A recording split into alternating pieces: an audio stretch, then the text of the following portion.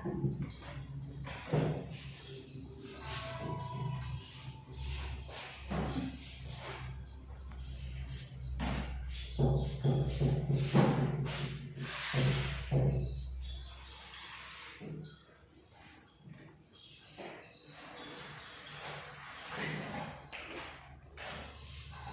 akan absen.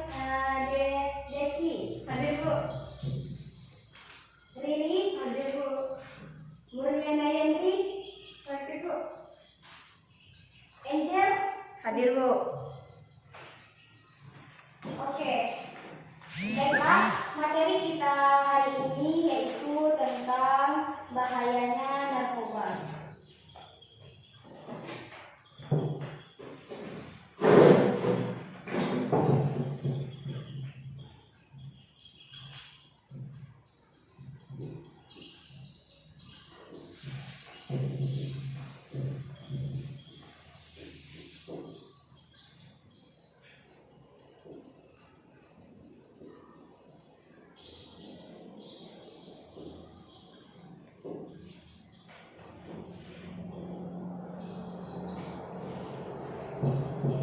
Baiklah, sebelum Ibu memulai tentang materi kita hari ini, apakah sudah ada yang tahu apakah itu bahaya narkoba? Zat berbahaya, Bu. Zat yang berbahaya. Ada yang lebih betul lagi?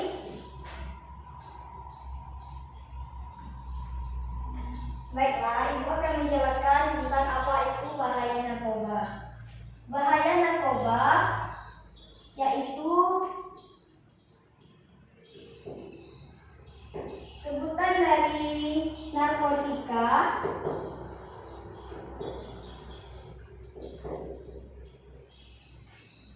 psikotropika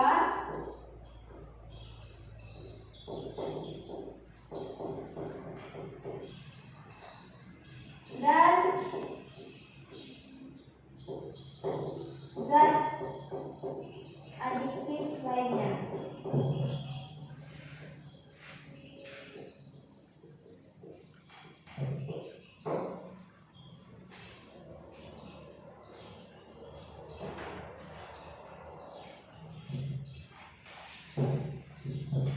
Jika ada yang perlu dicatat, silakan dicatat ya.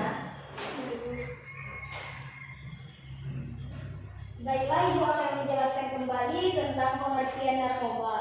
Narkoba merupakan singkatan dari narkotika, psikotropika, dan zat adiktif lainnya.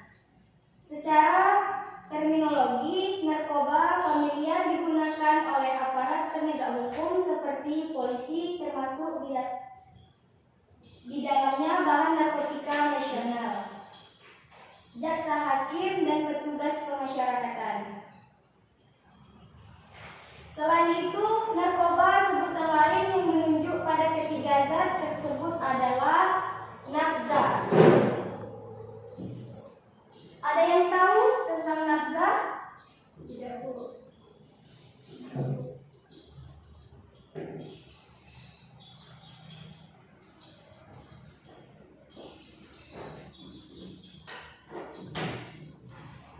Nafza singkatan dari narkotika, psikotropika, dan zat adiktif. Istilah nafza biasanya lebih banyak dipakai oleh para praktisi kesehatan dan rehabilitasi. Akan tetapi, pada intinya pemaknaan dari kedua istilah tersebut tetap merujuk pada tiga jenis zat yang sama. Menurut Undang-Undang Nomor 22 Tahun 1997 tentang narkotika disebutkan pengertian dari narkotika adalah zat atau obat yang berasal dari tanaman atau bukan tanaman, baik sintesis maupun semi sintesis, yang dapat menyebabkan penurunan atau perubahan kesadaran, hilangnya rasa, mengurangi sampai menghilangkan rasa nyeri, dan dapat menimbulkan ketergantungan. Yang kedua yaitu psikotropika. Selanjutnya tentang psikotropika. Ada yang tahu tentang apa itu? Baiklah, Ibu akan menjelaskan tentang psikotropika. Psikotropika adalah zat atau obat, baik alamiah maupun sintesis bukan narkotika, yang berkhasiat psikoaktif melalui pengaruh selektif pada susunan saraf pusat yang menyebabkan perubahan khas pada aktivitas mental dan perilaku. Selanjutnya, bahan adiktif lainnya merupakan zat atau bahan lain bukan narkotika dan psikotropika yang berpengaruh pada kerja otak dan dapat menimbulkan ketergantungan. Meskipun demikian, penting kiranya diketahui bahwa tidak semua jenis narkotika dan psikotropika dilarang penggunaannya, karena cukup banyak pula narkotika dan psikotropika yang memiliki manfaat besar di bidang kedokteran dan untuk kepentingan pengembangan pengetahuan. Menurut Undang-Undang Nomor 22 Tahun 1997 dan Undang-Undang Nomor 5 Tahun 1997, narkotika dan psikotropika yang termasuk dalam golongan 1 merupakan jenis zat yang dikategorikan ilegal. Ilegalnya tersebut siapapun yang memiliki atau memproduksi, menggunakan, mendistribusi atau mengedarkan narkotika dan psikotropika golongan 1 dapat dikenakan pidana sesuai dengan ketentuan hukum yang berlaku. Selanjutnya tentang macam-macam narkoba. Ada yang tahu nggak? Macam-macam narkoba itu apa saja? Sabu-sabu, Bu. Sabu-sabu, terus Ganja, Bu. ya ganja. Ada lagi?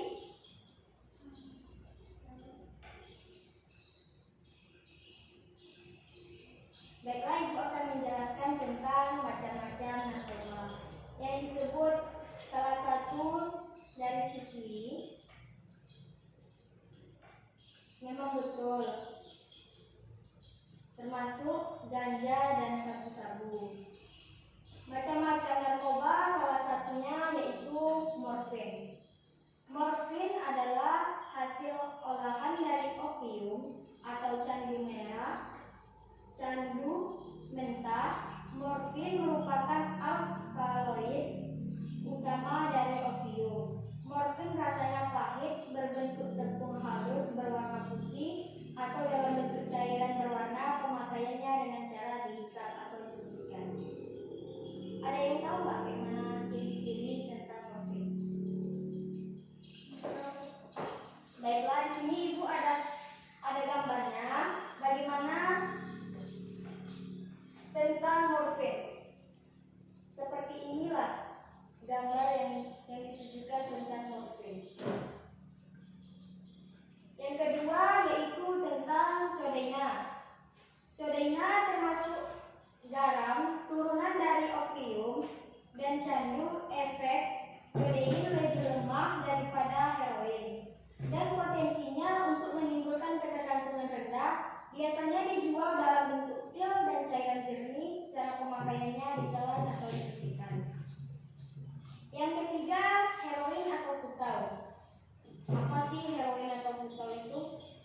Nah, di sini Ibu akan menjelaskan tentang heroin atau putau. Heroin mempunyai kekuatan 2 kali lebih kuat dari morfin dan merupakan jenis opiat yang paling sering disalahgunakan orang di Indonesia pada akhir-akhir ini. Heroin yang secara farmakologis mirip dengan morfin menyebabkan orang menjadi mengantuk dan perubahan moodnya tidak menentu. Walaupun pembuatan, penjualan, dan pemilikan heroin adalah ilegal, tetapi diusahakan heroin tetap tersedia bagi pasien dengan penyakit kanker, terminal,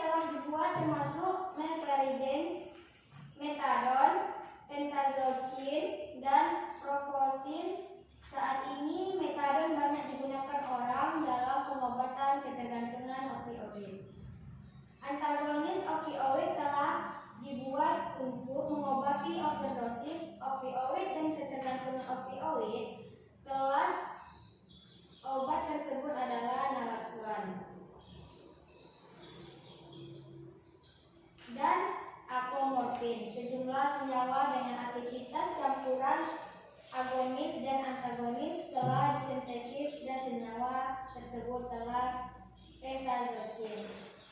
Dan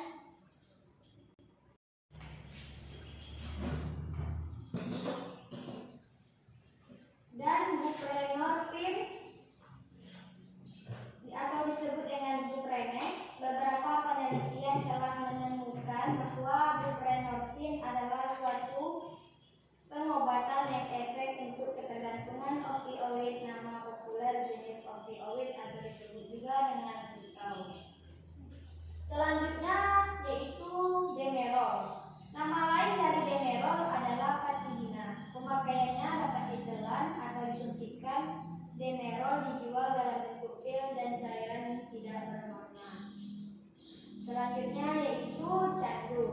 Getah tanaman papaver Somniferum didapat dengan penyadap menggores buah yang hendak masak. Getah yang keluar berwarna putih dan dinamai latex. Getah ini dibiarkan mengering pada permukaan buah sehingga berwarna coklat kehitaman dan sesudah diolah akan menjadi suatu adonan yang menyerupai aspaluna. Inilah yang dinamakan candu mentah atau candu kasar. Candu kasar mengandung bermacam-macam zat aktif yang sering disalahgunakan. Candu masak warnanya coklat tua atau coklat kehitaman diperjualbelikan dalam kemasan kotak kaleng dengan berbagai macam cat. Selanjutnya yaitu faktor yang mendorong.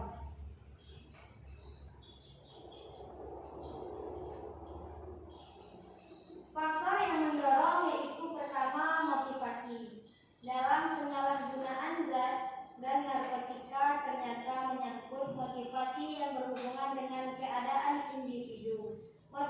Motivasi individual yang mengenai aspek fisik, emosional, mental, intelektual, dan interpersonal. Di samping adanya motivasi individu yang menimbulkan suatu tindakan penyalahgunaan zat, masih ada faktor lain yang mempunyai hubungan erat dengan kondisi penyalahgunaan zat, yaitu faktor sosio-kultural seperti suasana hati menekan yang mendalam diri remaja. Ada yang tahu nggak kenapa seseorang bisa melakukan tentang narkoba? Baik di dalam internal ataupun yang di luar eksternal. Salah satunya dia melakukan narkoba. Mungkin rasa frustasi, Bu. Frustasi, terus ada lagi? Kenikmatan sesaat, Bu. Bisa juga. Di sini yaitu pertama, salah satunya perpecahan unit keluarga, misalnya perceraian. Keluarga yang berpindah-pindah, orang tua yang tidak ada atau jarang di rumah, dan sebagainya. Kedua, pengaruh media massa, misalnya iklan mengenai obat-obatan dan zat. Yang ketiga, perubahan teknologi yang cepat. Yang keempat, kaburnya nilai-nilai dan sistem agama serta mencairnya standar moral. Hal ini berarti perlu pembinaan budi pekerti ataupun akhlak. Meningkatnya waktu menganggur, ketidakseimbangan keadaan ekonomi, misalnya kemiskinan, perbedaan ekonomi, etnorasial, kemewahan yang membosankan dan sebagainya. Menjadi manusia untuk orang lain.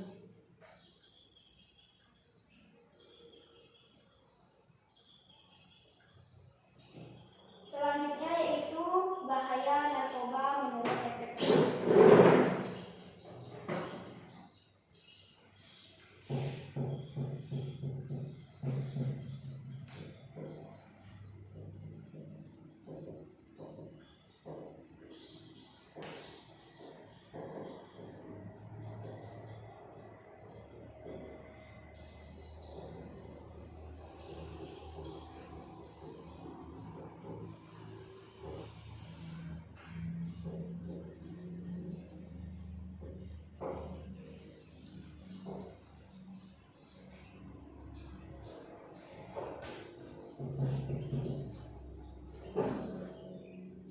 Bahaya narkoba menurut efeknya terbagi menjadi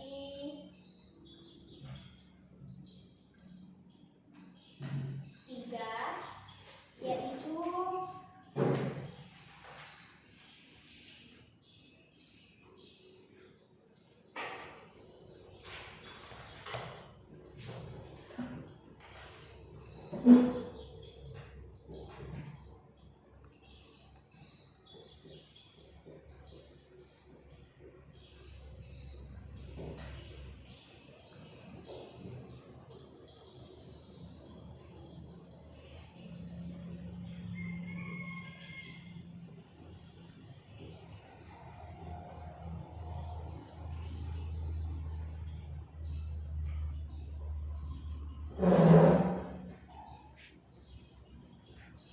menurut efeknya terbagi menjadi 3. Yang pertama halusinogen, yang kedua stimulan, dan yang ketiga depresan.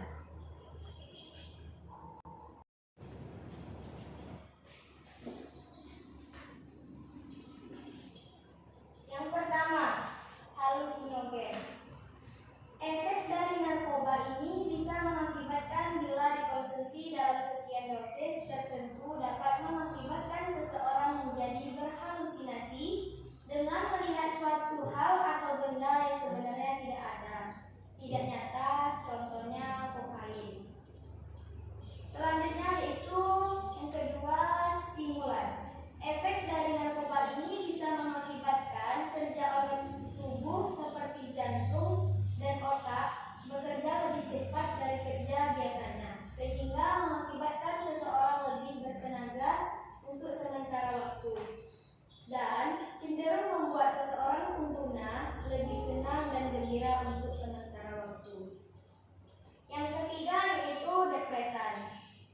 Efek dari narkoba ini bisa menekan sistem saraf pusat dan mengurangi aktivitas fungsional tubuh sehingga pemakai merasa tenang, bahkan bisa membuat pemakai tidur dan tidak sadarkan diri. Contohnya seperti heroin ataupun kutal.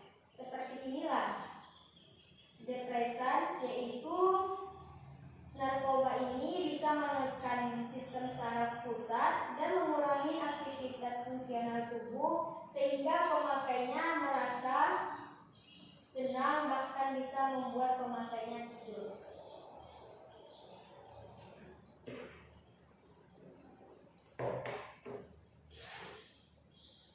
Adiktif.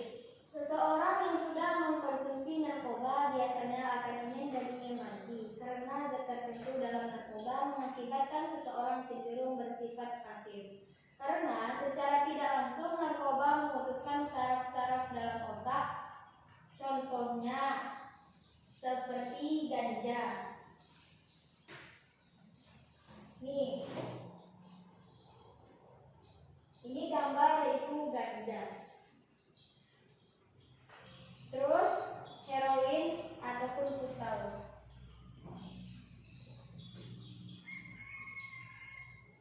Menurut jenisnya, adapun bahaya narkoba berdasarkan jenisnya. Ada yang tahu nggak berapa jenisnya? Banyak Bu. Salah satunya apa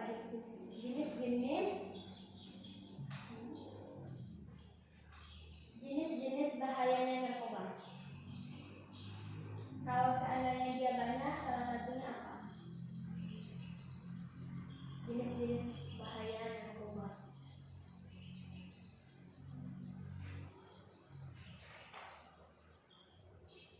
Bisa sampai sekali. Enggak, dia jenis-jenis.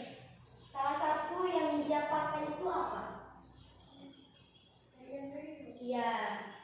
Nah, salah satu jenis bahaya narkoba itu yaitu salah satunya ganja. Nih, yang Ibu jelaskan salah satu bahaya narkoba berdasarkan jenisnya. Yang pertama yaitu opioid.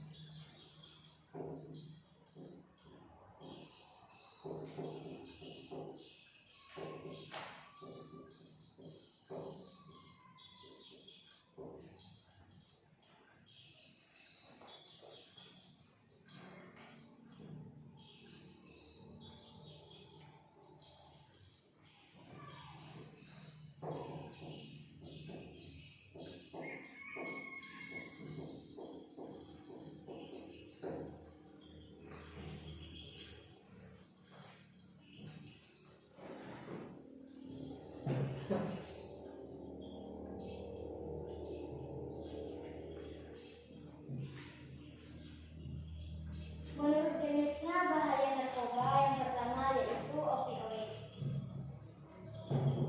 Opioid itu bisa menyebabkan seseorang pertama depresi berat, apatis, rasa lelah berlebihan, malas bergerak, banyak tidur, gugup, gelisah, selalu merasa curiga, denyut jantung bertambah cepat, rasa gembira berlebihan, banyak bicara namun cadel, rasa harga diri meningkat, kejang-kejang, pupil mata mengecil, tekanan darah meningkat, berkeringat dingin, mual hingga muntah, luka pada sekat rongga hidung, kehilangan nafsu makan, turunnya berat badan. Yang kedua yaitu kokain. Salah satu kokain ini menyebabkan yaitu denyut jantungnya bertambah cepat, gelisah, rasa gembira berlebihan, rasa harga diri meningkat, banyak bicara, kejang-kejang, pupil mata melebar, berkeringat dingin, mual hingga muntah, mudah berkelahi, pendarahan pada otak, penyumbatan pembuluh darah, pergerakan mata tidak terkendali, ketakutan otot leher. Selanjutnya yaitu ganja. Ganja salah satunya yaitu ciri-ciri yang menyebabkan pertama matanya sebelah. Terus kantong mata terlihat bengkak, merah dan berair, sering melamun. Nah, orang yang selalu sering melamun di dalam kelas belum tentu juga dia mengkonsumsi salah satu jenis narkoba. Bisa juga salah satunya kan banyak pikiran. Pendengarannya terganggu, selalu tertawa, terkadang cepat marah, tidak bergairah, gelisah, dehidrasi, tulang gigi keropos, liver, saraf otak dan saraf mata rusak, skizofrenia. Selanjutnya yaitu ekstasi, atau disebut juga dengan ekstasi. Energik tapi matanya sayu dan wajahnya pucat, berkeringat, sulit tidur, kerusakan saraf otak, dehidrasi, gangguan liver, tulang dan gigi keropos, tidak nafsu makan, saraf mata rusak. Selanjutnya yaitu sabu-sabu. Sabu-sabu yaitu salah satunya energik, paranoid, sulit tidur, sulit berpikir, kerusakan saraf otak, terutama saraf pengendali pernafasan hingga merasa sesak nafas, banyak bicara, denyut jantung bertambah cepat, pendarahan otak, shock pada pembuluh darah jantung yang akan berujung pada kematian. Selanjutnya yaitu benzodiazepin. Berjalan sempoyongan, wajah kemerahan, banyak bicara tapi cadel, mudah marah, konsentrasi terganggu, kerusakan organ-organ tubuh terutama otak.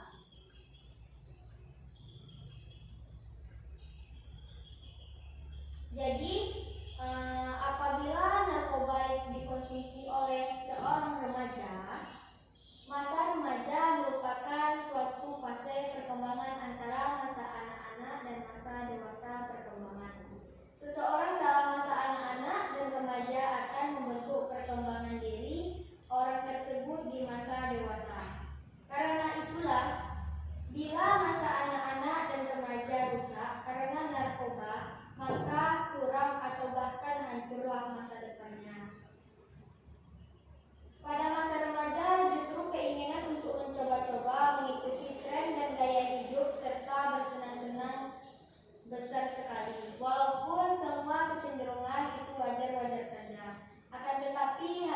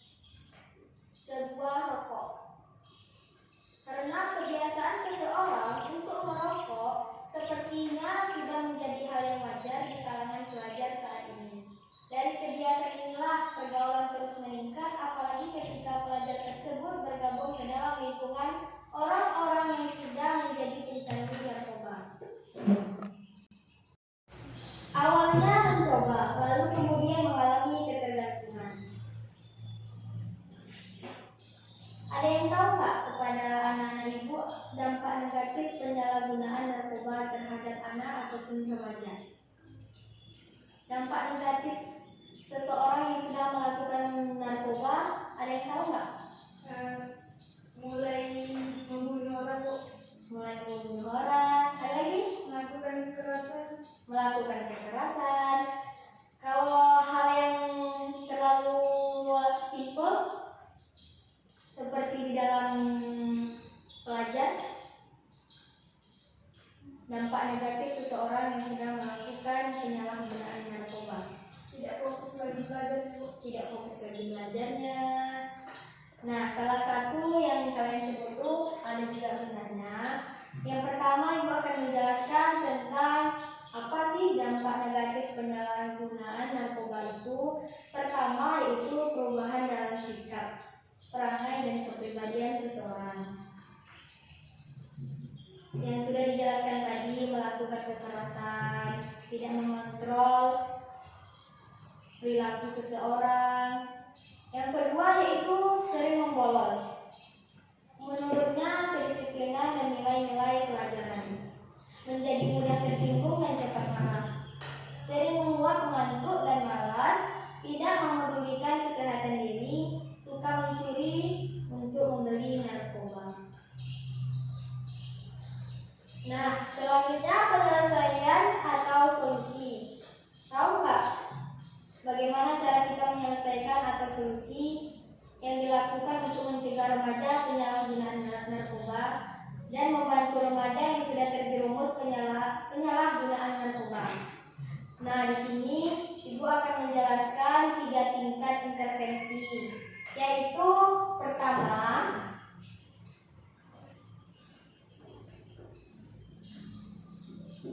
primer, sekunder, dan tersier.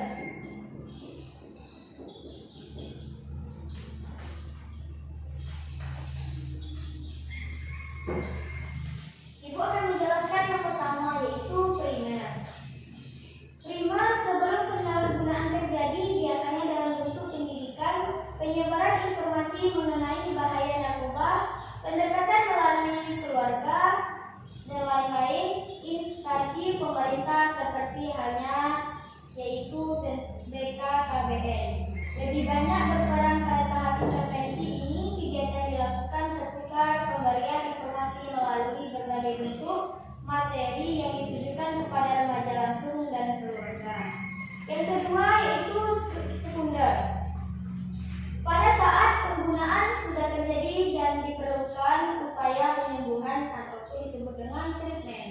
Fase ini meliputi fase penerimaan awal antara 1 sampai 3 hari dengan melakukan pemeriksaan fisik dan mental, dan fase detoksifikasi dan terapi komplikasi medik antara 1 sampai 3 minggu untuk melakukan pengurangan ketergantungan bahan-bahan adiktif secara bertahap. Selanjutnya tersier, yaitu upaya untuk merehabilitasi mereka yang sudah memakai dan dalam proses penyembuhan. Tahap ini biasanya terdiri atas fase stabilisasi antara 3 sampai 12 bulan untuk mempersiapkan pengguna kembali ke masyarakat, dan fase sosialisasi dalam masyarakat agar penyalahguna narkoba mampu mengembangkan kehidupan yang bermakna di masyarakat. Tahap ini biasanya berupa kegiatan konseling, membuat kelompok-kelompok dukungan, pengembangan kegiatan alternatif.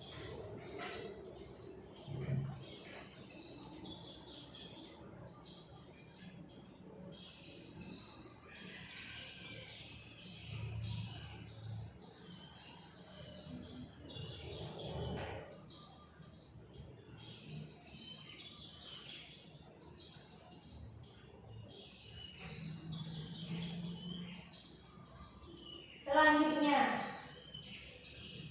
menghindari penyalahgunaan narkoba.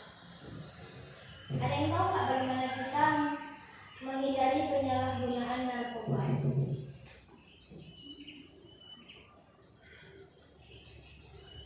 Bagaimana kita seandainya teman mengajak kepada kita untuk melakukan bahaya narkoba,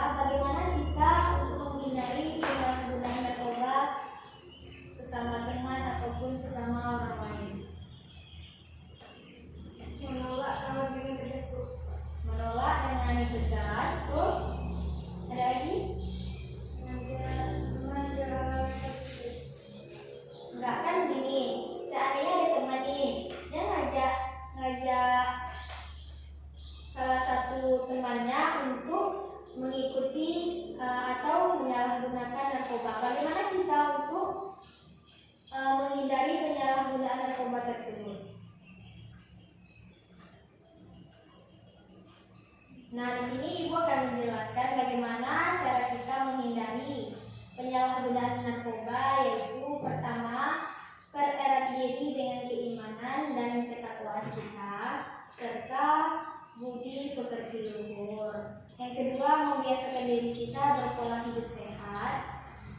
Jika seseorang teman kita mengajak kita untuk melakukan narkoba, seharusnya kita menolak bujukan seseorang atau menolak bujukan kawan kita.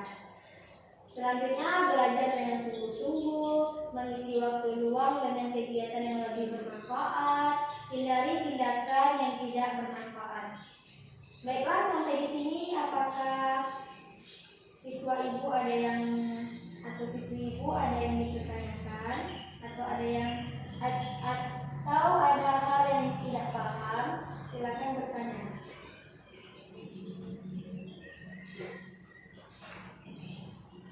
Ada? Tidak, Bu. Tidak, baiklah. Ibu akan menyimpulkan dari materi kita hari ini.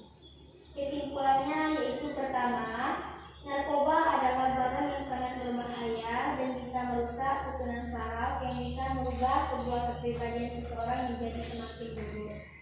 Kedua, narkoba adalah sumber dari tindakan kriminalitas yang bisa merusak norma dan ketentraman umum. Yang ketiga, menimbulkan dampak negatif yang mempengaruhi pada tubuh baik secara fisik maupun psikologis. Nah, Ibu sarankan kepada siswa atau siswi Ibu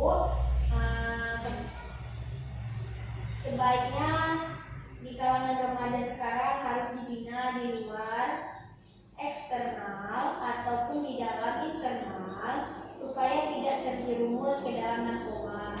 Dan yang paling berperan penting di sini yaitu orang tua.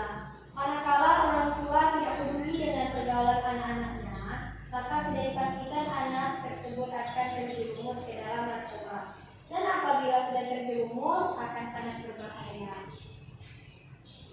Jika terlalu lama dan sudah ketergantungan narkoba, maka lambat laun organ dalam tubuh akan rusak.